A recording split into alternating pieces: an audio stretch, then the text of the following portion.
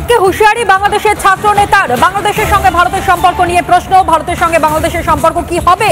ভারতকেই সম্পর্ক নির্ধারণের দাবি সার্জিস আলমের। ইতিহাস ভুলে গেছে কি বাংলাদেশ? ভারতের অবদান মনে নেই বাংলাদেশের? ছাত্র নেতারা তারা হুঙ্কার দিচ্ছে, যেই সকল ছাত্র নেতারা সবে পথ চলতে শুরু করেছে তারা হুঙ্কার দিচ্ছে। ৭১-এর ইতিহাসে তারা কি সম্পূর্ণভাবে ভুলে গিয়েছে? এই স্বাধীনতার স্বাদ কি আদৌ তারা পেত? যদি ভারত না থাকতো সেই অবদানও কি সম্পূর্ণভাবে ভুলে যেতে বসেছে এরা?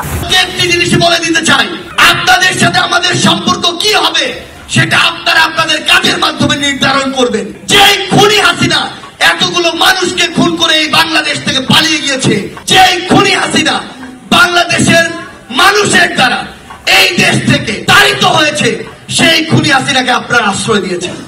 যদি এই বাংলাদেশের সাথে আপনাদের সম্পর্ক স্থাপন করতে চান, খুনি হাসিনাকে বাংলাদেশে ফিরিয়ে দিন।